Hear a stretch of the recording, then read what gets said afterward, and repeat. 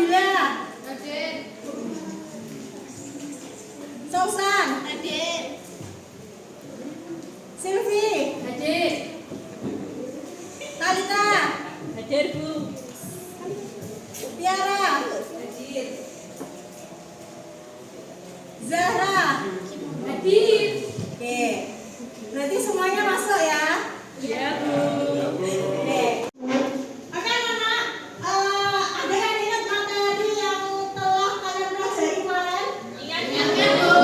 Tentang apa? Masuknya sastra ke Indonesia. Ya betul. Kita akan melanjutkan materi kita hari ini, yaitu tentang kolonialisme dan imperialisme. Tujuan pembelajaran kita hari ini adalah murid mampu menganalisis tentang jalur rempah yang ada di Indonesia. Silakan buku paketnya dikeluarkan, buku catatannya.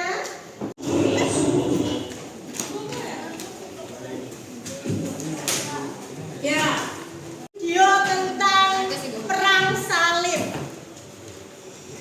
Silakan dilihat di depan.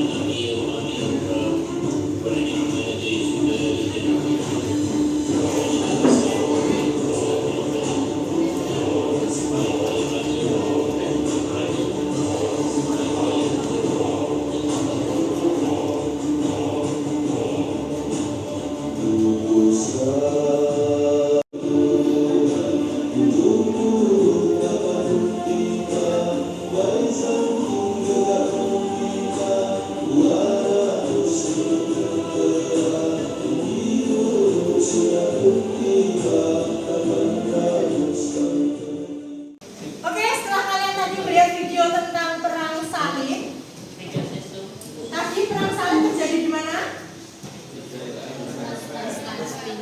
Konstantinopel, yang nama negaranya adalah negara Bizantium. Antara siapa dengan siapa? Ya, antara Nasrani dan Islam atau Kristen dengan Islam dimenangkan oleh Islam. Siapa penakluknya? Muhammad Al-Fatih pada tahun berapa? Ya, 1453. Perangnya selama 53 hari. Berperang secara terus-menerus. Oke. Nah, ini ada pertanyaan dari saya. Mengapa bangsa Eropa itu mencari rempah-rempah sampai ke Indonesia? Ada yang tahu? Silakan angkat tangan yang ya.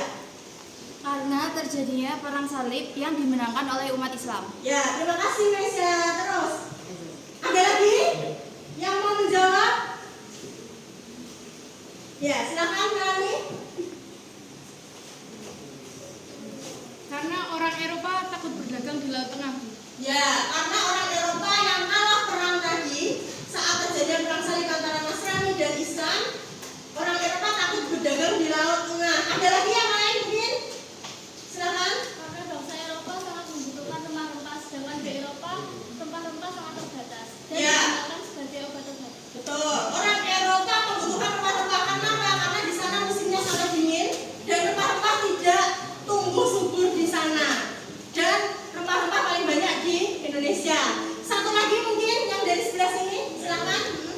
Semangat 3G. Ya, apa aja 3G? Gospel dan glory. Ya, semangat 3G. Setelah kemenangan Islam, orang-orang Eropa mencari yang pertama G, gold, mencari emas banyak-banyaknya. Yang kedua adalah gospel, menyebarkan agama Kristen. Yang terakhir adalah glory, mencari kejayaan. Kita lanjutkan. Ini saya ada tentang peta jalur rempah. Bisa dilihat di layar. Ini dari Laut Tengah melewati Afrika sampai ke Indonesia. Nah, di Indonesia Sejak abad ke-14 atau mungkin bahkan sebelumnya, saudagar dari beberapa negara datang ke Maluku untuk membeli rempah-rempah. Daerah-daerah jalur yang mereka lalui itu mengalami perubahan budaya, bersentuhan budaya dengan orang asing, dan itu membuat anak-anak untuk berdiskusi. Silakan kalian buka buku paketnya halaman 120. Di situ ada materi tentang jalur perdagangan rempah-rempah. Selain di buku paket, ada juga link yang sudah saya sematkan di presentasi yang ada di depan. Silakan satu kelompok terdiri dari 4. Bangkunya silakan ditata dan kalian mendiskusikan mengapa disebut sebagai jalur rempah. Nanti kalian boleh hasil diskusinya berupa poster, berupa gambar, berupa video atau Canva, terserah kelompok kalian.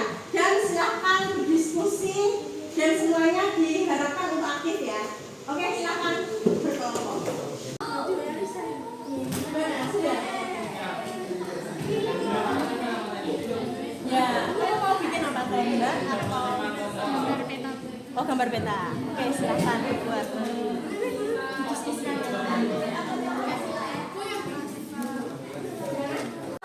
Kelompok 1 mempresentasikan hasil dari diskusi tadi. Bagaimana hasilnya? Silakan. Assalamualaikum warahmatullahi wabarakatuh. Waalaikumsalam warahmatullahi wabarakatuh.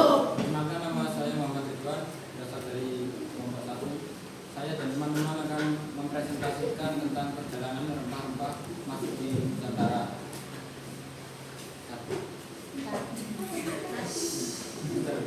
Oke. Sejak zaman lampau, Nusantara telah dikenal sebagai daerah penghasil rempah-rempah. Ada rempah di pasar dunia dan dalam bangsa Eropa untuk membeli komoditas itu langsung dari daerah asalnya. Penjelajah Eropa menemukan jalur ke Nusantara dengan memutari Afrika melalui Tanjung Harapan.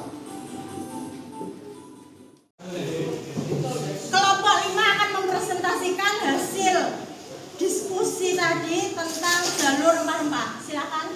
Assalamualaikum warahmatullahi wabarakatuh. Waalaikumsalam warahmatullahi wabarakatuh. Saya Nabila Agustina dan teman-teman dari kelompok 5. Dari hasil diskusi kami telah membuat poster tentang rempah-rempah yang ada di Indonesia. Berikut hasilnya.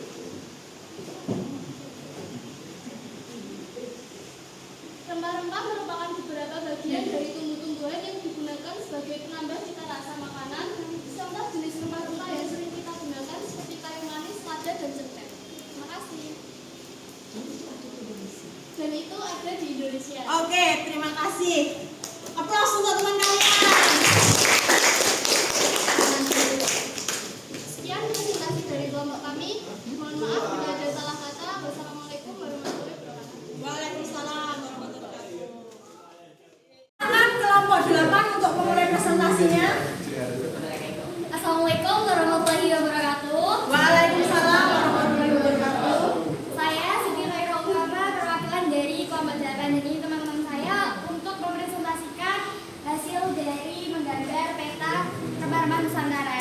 Jadi Indonesia menjadi jalur rempah-rempah karena letak geografisnya yang strategis di kawasan Asia Tenggara. Dan ada pun pulau-pulau yang menjadi penghasil rempah-rempah, sebagai contohnya Pulau Banda yang menghasilkan cengkih dan pala, Pulau Ternate yang menghasilkan pala, dan Sulawesi menghasilkan cengkih, dan juga ada Pulau Jawa yang menghasilkan cengkih. Terima kasih, sekian dari kami. Wassalamualaikum warahmatullahi wabarakatuh. Waalaikumsalam. Presentasi sudah. Sekarang kita mengambil kesimpulan bersama-sama. Silakan salah satu siswa untuk memberikan kesimpulannya tentang pembelajaran kita hari ini. Silakan, siapa yang mau maju? Ya, Nafa, silakan.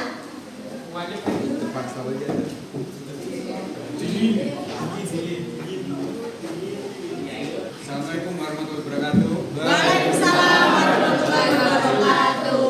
Perkenalkan, nama saya Nafat Triansyah. Saya akan menyimpulkan pembelajaran pada hari ini. Dari pembelajaran kita hari ini, kita dapat mengetahui jalur perdagangan rempah-rempah yang ada di Indonesia. Oleh sebab itu, maka negara-negara lain banyak datang berkunjung ke Indonesia. Dan mengapa bahasa Indonesia juga bisa disebut sebagai bahasa pemersatu? Karena bahasa Indonesia merupakan bahasa perdagangan.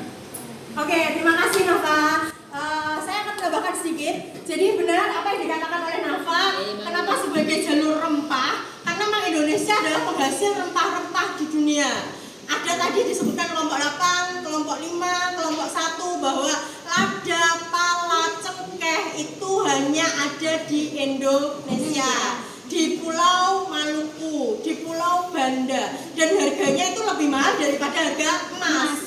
Dan kemarin tanggal 20 November itu bahasa Indonesia disahkan menjadi bahasa internasional. Kenapa? Karena jauh sebelum Indonesia itu merdeka, jauh sebelum bahasa Indonesia menjadi bahasa nasional, yang awalnya dari bahasa Melayu itu adalah bahasa perdagangan yang digunakan oleh orang-orang Indonesia, oleh orang-orang Eropa, oleh orang-orang Gujarat, orang India, itu berdagang menggunakan bahasa Melayu. Itu kenapa akhirnya bahasa Indonesia dijadikan sebagai bahasa nasional. Terima kasih pembelajaran kita hari ini. Silakan Nova kembali ke tempat. Tepuk tangan ke Nova.